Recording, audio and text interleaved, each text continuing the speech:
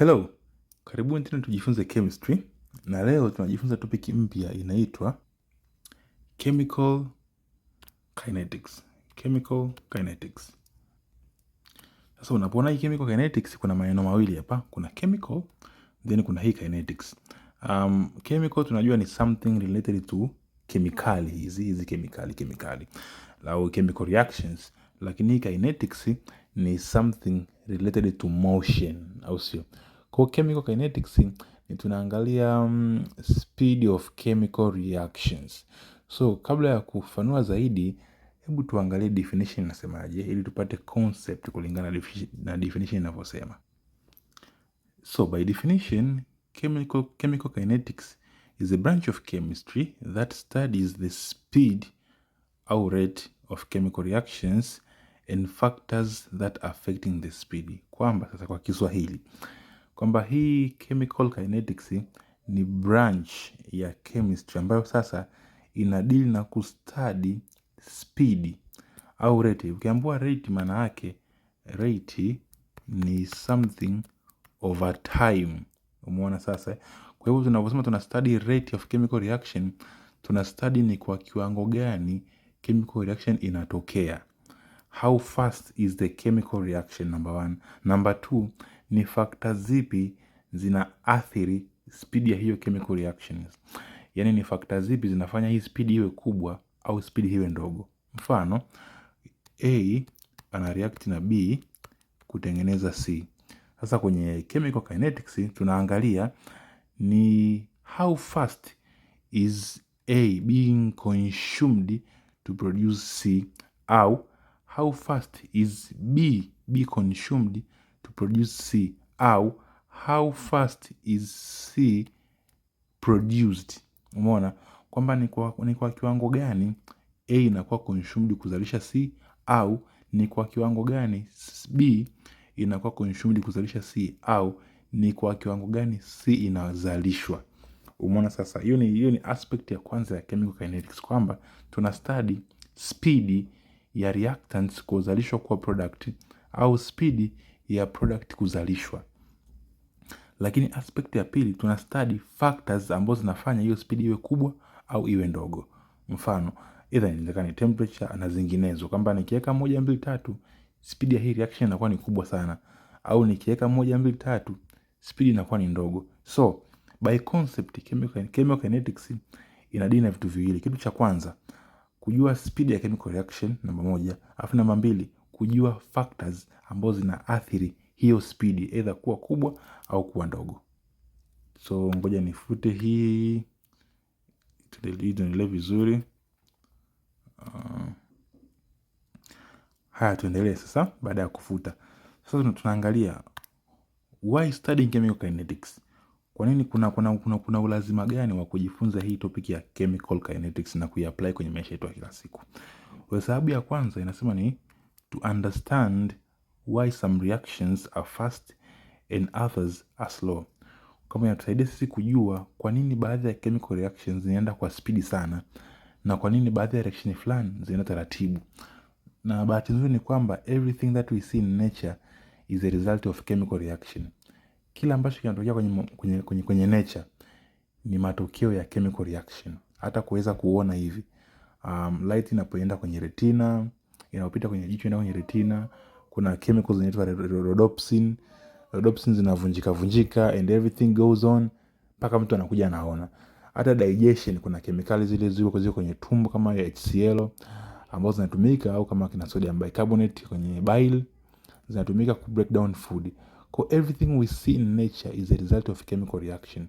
Kwa kuweza kustudy chemical kinetics inasaidia sisi kujua kwa nini reaction fulani iko faster na kwa nini reaction fulani ipo slow. Kwa nini? Kwa sababu kupitia chemical kinetics tunaweza tukastudy the factors ambazo zina affect uharaka au kuchelewa kwa reaction fulani.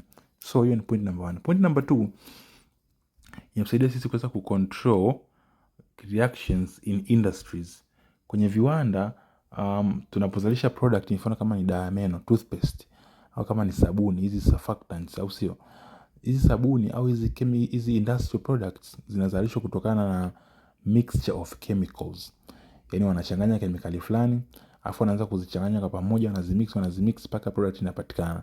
Kwa hivyo sasa kuweza kujua hii study knowledge ya chemical kinetics ni kusaidia wewe kuweza kufahamu kwamba nichanganye kemikali ipi kwa kiwango gani, kisha nizikoroge kwa muda gani.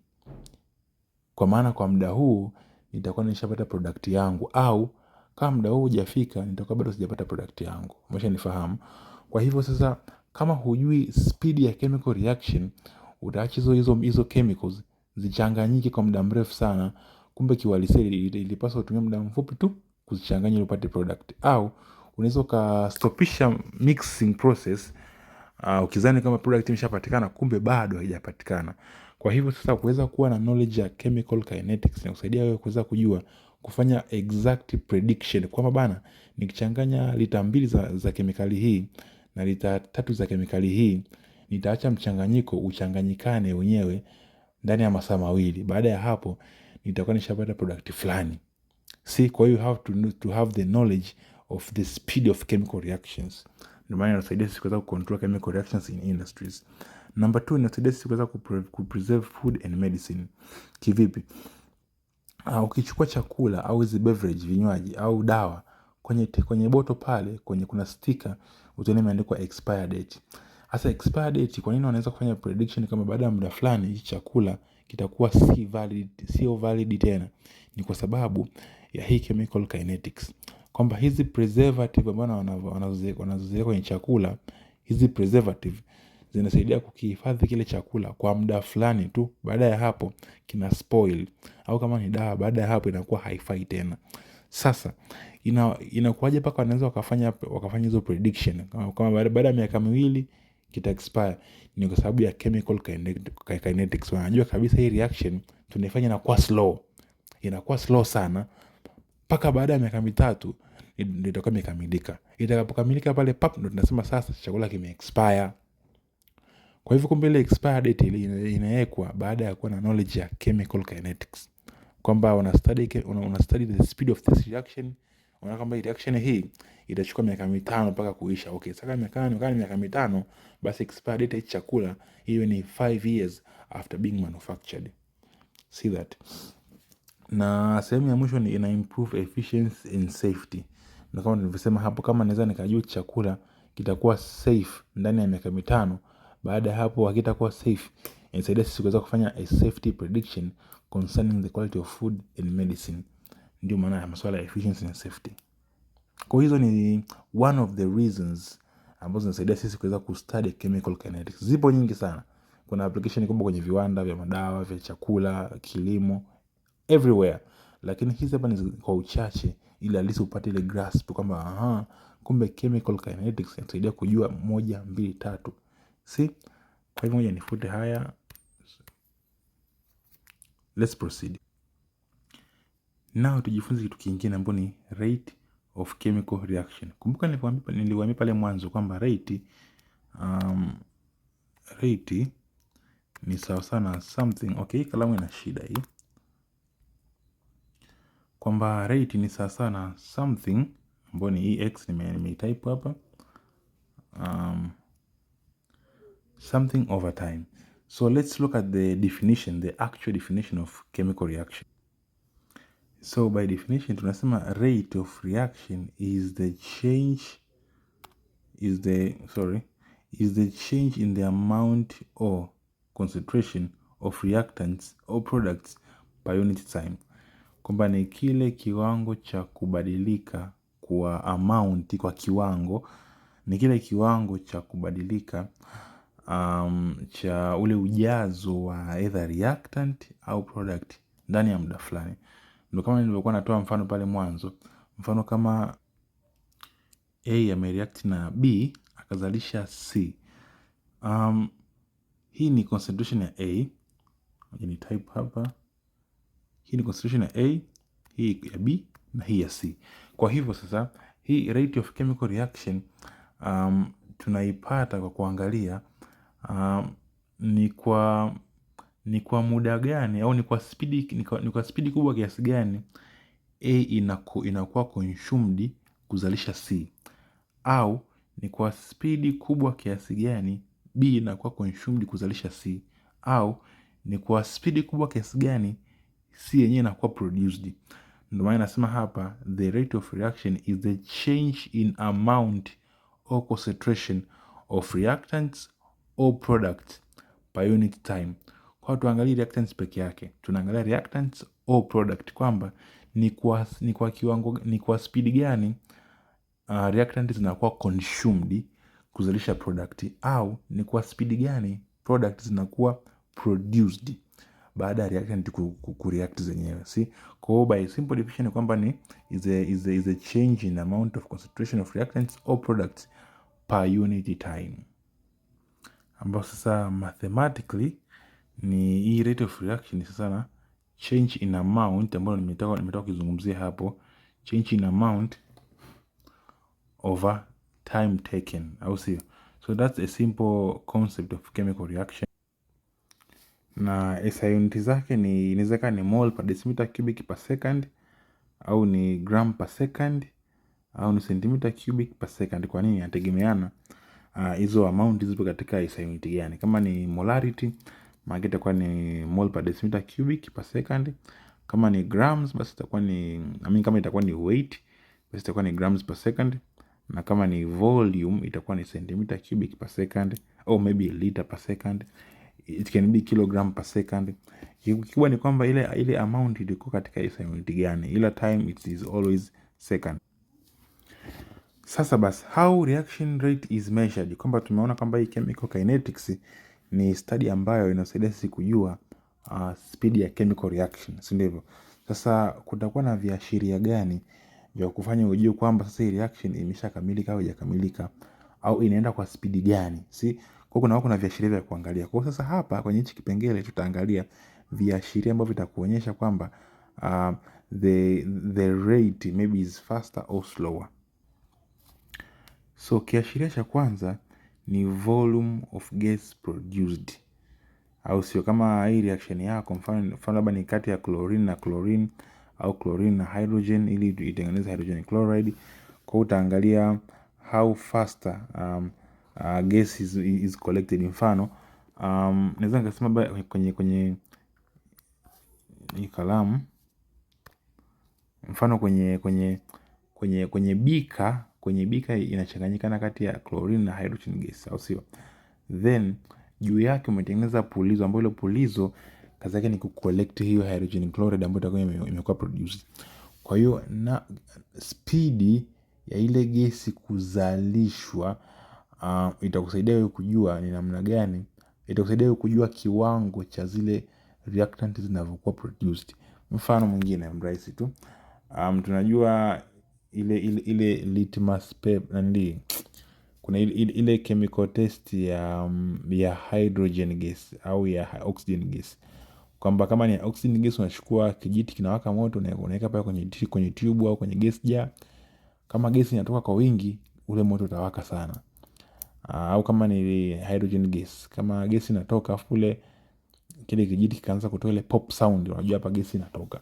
Kwa sasa kiwango cha gesi kutoka, hicho ni kiashiria kwamba reaction imetokea, na amount au kiwango cha gesi ambacho kinazalishwa ambacho tumekiobserve wewe kitakupa hint kwamba how fast the reaction is going.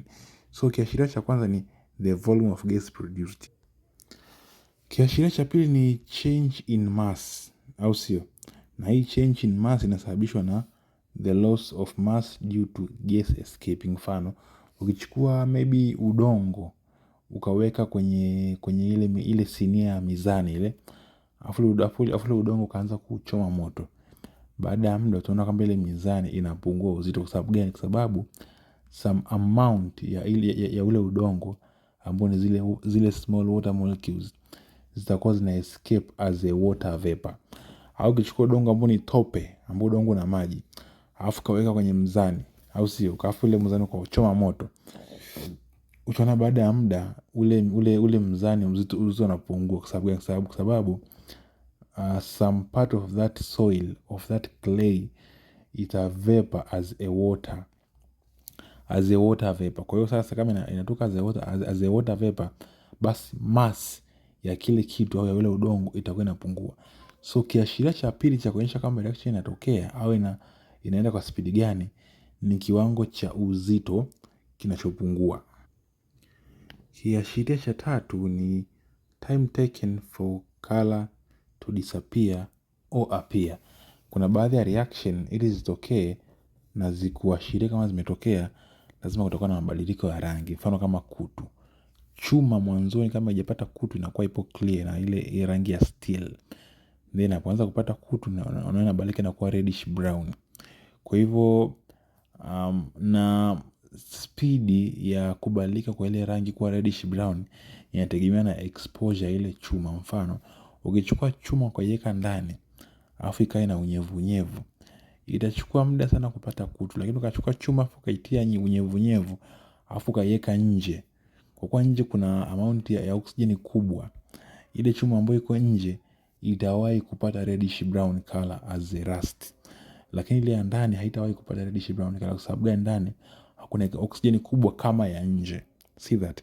Kwa hivyo hata kiwango cha kuapia au speed ya kuapia kwa ile color ni indication kwamba reaction imetokea katika speed hii hapa.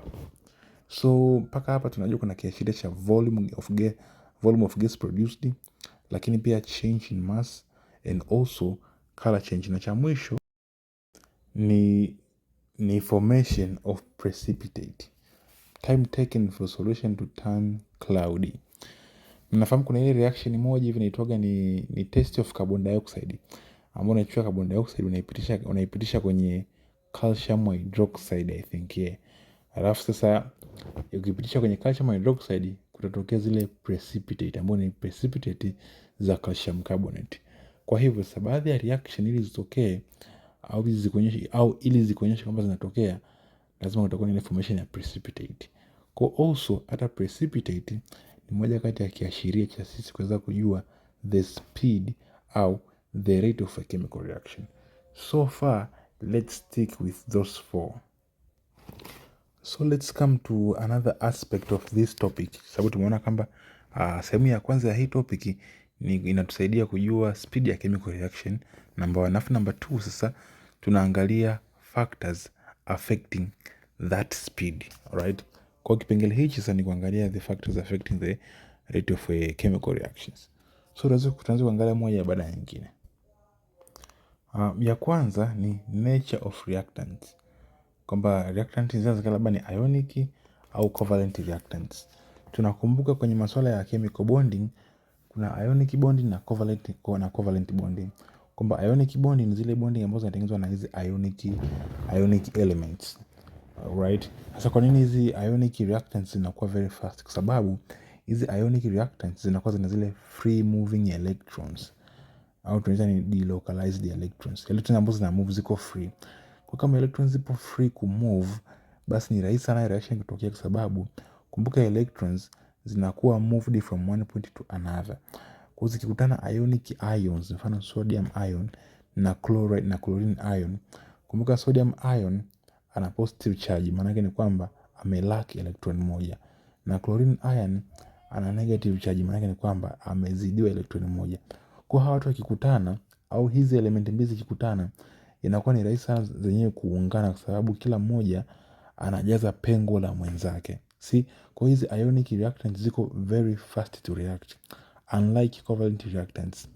Covalent reactants zenyewe zinachukua muda sana ku react, kwa sababu zenyewe hazina hizi delocalized electrons. Kumbuka electrons zinafanya reaction iwe faster au iwe slow.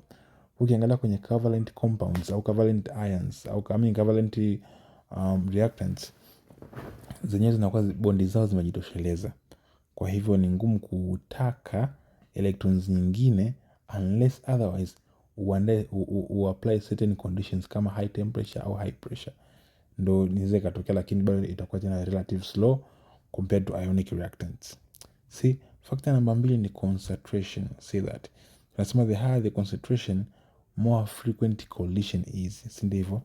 Nini maana collision? Collision ni kugongana kwa zile reactants. Unajua reactants ili ziweze kureact na ziweze kuproduce product, lazima zicollide, lazima zigongane, lazima zisuguane. Kwa hiyo tunapokuwa na ujazo mwingi wa reactant, maana yake ni kwamba zile reactant ziko very likely kucollide. Zikicollide zitaproduce product kwa haraka. Kwa hiyo hizi reactant zikiwa chache ni vigumu kuweza kucollide mara kwa mara, ila zikiwa nyingi, ujazo ukiwa mwingi, it is easier for them to collide and hence producing the required product. Hiyo ni factor namba 2. Factor namba 3 ni temperature. Tunasema kwamba temperature ikiwa kubwa, particles zina move faster. Kwa nini? Kwa sababu ya kinetic energy. Kinetic energy ni energy associated with heat au temperature. Formula yake ni a half mv square, we know that. Kwa hivyo sasa tunasema kwamba particles zinapopata joto kubwa ndivyo zinavyo move faster. Kumbuka hapo juu tumetoka kusema kwamba concentration ikiwa kubwa, hizi particles ziko very likely to collide. Sasa now tunasema speed ikiwa kubwa, speed ya hizi particles ikiwa kubwa, maana yake ni kwamba hizi particles ziko more likely to collide and hence producing a product. Kwa hivyo ukitaka hizi particles ziende kwa speed kubwa, ziongezee joto, ziongezee temperature. Ukiziongezea temperature, obviously zitaanza kutravel faster. Zikianza kutravel faster, zita collide one another and therefore you will produce products. Kwa hivyo so far we have these factors affecting the rate of chemical reactions. Cha kwanza ni nature of the reactants themselves, cha pili ni concentration, cha tatu ni temperature, cha nne surface area. Surface area tunasema kwamba smaller particles, larger surface area. Sasa hii surface area ni surface area to volume ratio. Tumesema hapo mwanzoni huku juu kwamba concentration ikiwa kubwa, hizi particles zipo more likely to collide. Lakini vile vile temperature ikiwa kubwa, hizi particles zinakuwa zina move kwa speed sana, hivyo vile vile zinakuwa ni more likely to collide. Also surface area, mfano ukichukua kiasi fulani cha solution ukakimimina ndani ya kisado cha lita 3, alafu ukachukua the same amount ukaimimina ndani ya sim tank la lita 1000. Obvious hizi particles ambazo zipo kwenye sim tank la lita 1000 zitachukua muda sana mpaka ziweze kucollide. Kwa sababu gani? Sababu mle ndani room ni kubwa sana, kwa hiyo zinaweza zikamove mbali mrefu bila kucollide. Lakini kichukua nikaziweka ndani ya kichupa kidogo maybe cha something cha lita 3, alafu nikaanza kuzishake, itakuwa ni rahisi sana kwa hizo particles kucollide. Kwa sababu gani? Kwa sababu surface area ni ndogo, ni rahisi kukutana. Ni kama vile watu wawili au watu watatu waishi kwenye chumba kimoja, alafu waanze kukimbizana. Alafu tutachukua watu watatu hao tukawaeke kwenye uwanja wa mpira waanze kukimbizana.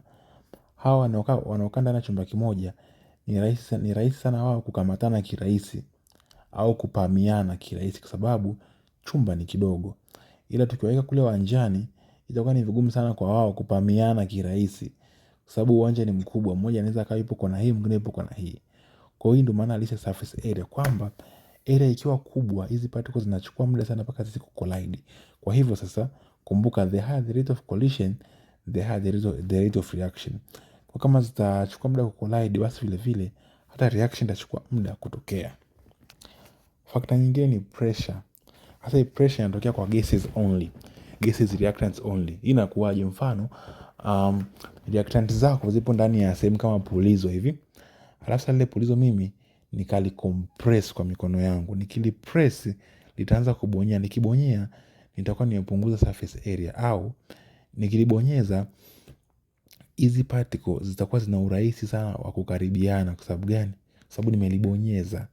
Ni kama vile ukienda kubonyeza tairi la gari. Okay, tairi la gari ni ngumu sana kubonyeza kwa mikono yako.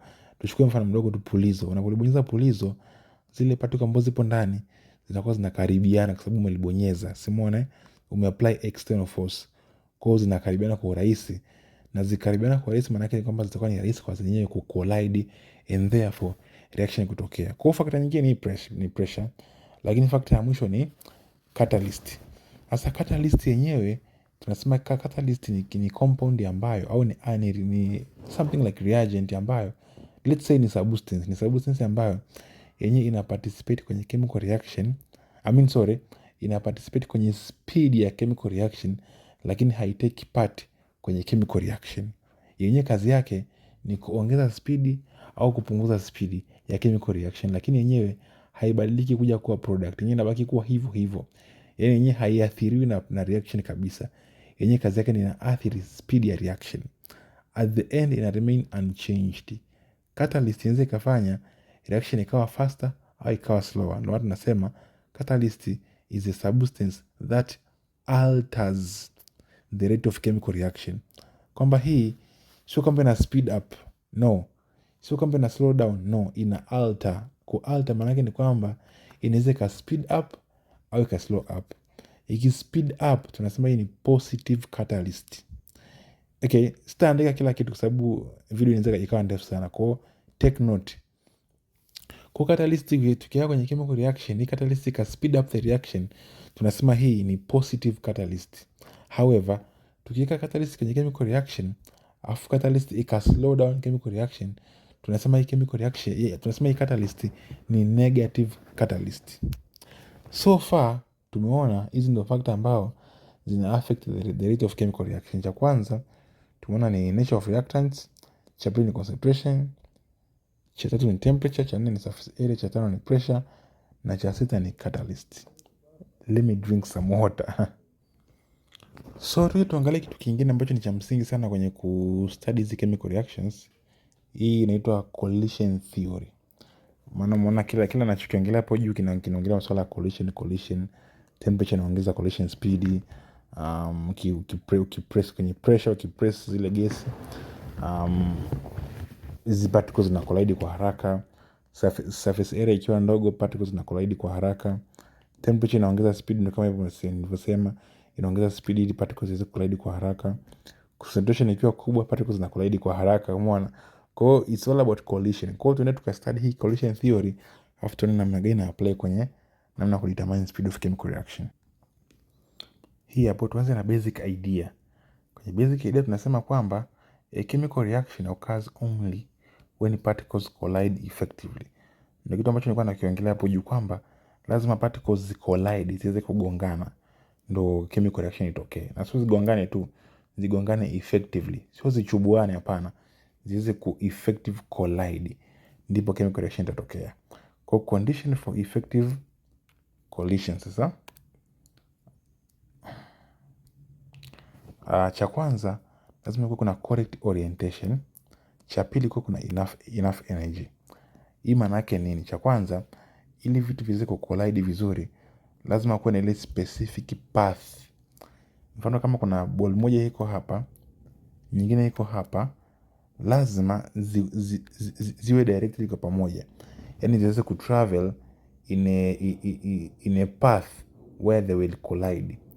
Mfano kama gari moja latokea njia hii na lingine latokea njia hii, kama magari hayajanyokeana vizuri, hayo magari hayawezi kugongana mpaka yakae kwenye njia moja, alafu yawe yanatoka katika opposite direction. Moja latoka north, jingine latoka south kwenye the same road. Hapo ndo tunasema kama magari yanaweza yakagongana. Ndio maana alisa hiyo concept ya correct orientation, kwamba lazima ziwe zina uelekeo sehemu ambapo zinaweza zikacollide. Na cha pili kuwe na enough energy. Magari ambayo yanatoka ambayo yanasafiri njia moja, yanatoka kwenye opposite direction, kama hayana energy kubwa, yatafika yatakaribiana afu yatasimama. Ila kama yanakuja kwa speed kubwa, lazima yatagongana afu yataharibika vibaya sana. Ndio maana alisa sasa kwamba ili chemical reaction itokee, kwanza kuwe na proper orientation ya hizo particles, number 1. Number 2, hizi particles zimove katika high energy au katika speed kubwa ili ziweze kucollide effective. Maana kumbuka hapo juu imeandika ni conditions for effective collision. Therefore lazima zicollide kwa speed kubwa sana ili collision iwe effective. Types of collision ndio kuna ineffective collision na effective collision. Kwa nini ineffective? Ineffective maana ni kwamba zimecollide lakini zimechubuana tu, hazija collide effective kiasi cha kuweza kuzalisha chemical reaction. Lakini hizi effective collision zile ambazo zimecollide kana kwamba lazima reaction itokee. Kwa ineffective collision haiproduce reaction, lakini the effective one ina produce reaction. So therefore we come to say not all collisions lead to a chemical reaction. Why? Because some of the collisions are ineffective collisions. Now tuje tujifunze kitu kingine ambacho ni cha muhimu sana, ni activation energy. So what is activation energy by definition? activation energy is the minimum energy particles must have for a reaction to occur. Kwamba tumeona kwamba ili collision iwe effective, cha kwanza tumeona hapa, kwanza kuwe na proper orientation, number 2 kuwe na enough energy. Hapa proper orientation, na mbili kuwe na enough energy. Kwa hivyo sasa hiyo energy inaitwa activation energy, kwamba ni ile energy ambayo itabidi particles ziwe nayo ili reaction iweze kutokea. Bila kufikiwa kwa hiyo energy, reaction haitatokea. Therefore, an activation energy is the minimum. Ni kile kiwango cha chini kabisa cha energy ambacho particles zinapaswa kuwa nazo ili ziweze kucollide effective, ili reaction iweze kutokea. Kwa hiyo tunasema high activation energy, reaction lazima itakuwa slow. Kwa sababu gani? Kwa sababu itabidi hizi reaction zikusanye energy kubwa sana kwa muda mrefu ili zifikie activation energy, afu ndio reaction itokee. Lakini kama activation energy ni ndogo, maana yake ni kwamba hizi particles zitatumia muda mdogo sana kukusanya energy ili reaction itokee. Therefore, reaction itakuwa faster. Narudia, activation energy ikiwa kubwa, reaction inakuwa slow. Kwa sababu gani? Kwa sababu hizi particle itabidi zitumie muda mwingi sana kukusanya energy ili ziweze kufikia hiyo activation energy, ndio reaction iweze kutokea. Lakini activation energy ikiwa ndogo, hizi particles zitatumia muda mfupi sana kukusanya hiyo activation hiyo energy ili kuweza kufikia activation energy, reaction iweze kutokea, and therefore reaction inakuwa fast. Right? So hiyo formula ikumbuke. High activation energy, slow reaction. Low activation energy, fast reaction. Sasa baada ya kuongelea masuala ya activation energy, the next thing to discuss about is catalyst. Maana hivi vitu vinashabihiana. Tumeshaona nini maana activation energy. Now tupo kwenye kuangalia what is catalyst. So catalyst is a substance that increases the rate of reaction without being used up. Umeona sasa? Kwa hiyo catalyst sasa tumeona reaction labda ipo slow, tunataka reaction iende faster. Tunachofanya nini? Tunaweka catalyst. Tukiweka catalyst, tuta speed up ile reaction iende faster. Sasa unaona hapo kuna uhusiano kabisa kati ya activation energy na catalyst. Kwa maana activation energy ikiwa kubwa, reaction inakuwa slow. Sasa catalyst kazi yake ni kulower the activation energy. So the main purpose of a catalyst in a chemical reaction is to lower the activation energy. Kumbuka, the lower the activation energy, the faster the reaction becomes. Therefore, simple. Catalyst lowers the activation energy so that the reaction can proceed in a fast way. So far, hizo ni basic principles au basic concept za kwenye topic ya chemical kinetics. Tumeanza na differential topic, tukaangalia the reason of studying it, what is the chemical reaction by definition and mathematically, isa unit zake tukaangalia, pia tukaangalia how reaction rate is measured, tukaona kuna hizo hapo A, B, C mpaka D. Pia tukaangalia factors affecting the rate of chemical reaction. Pia tukaangalia collision theory, ndani yake tukaangalia activation energy na catalyst. So far this was a nice tutorial. Kwa hivyo tutaangalia what will be the next topic, niweze kuiprepare kisha nisha na nyie pia. So thank you for watching and have a nice moment. Bye bye.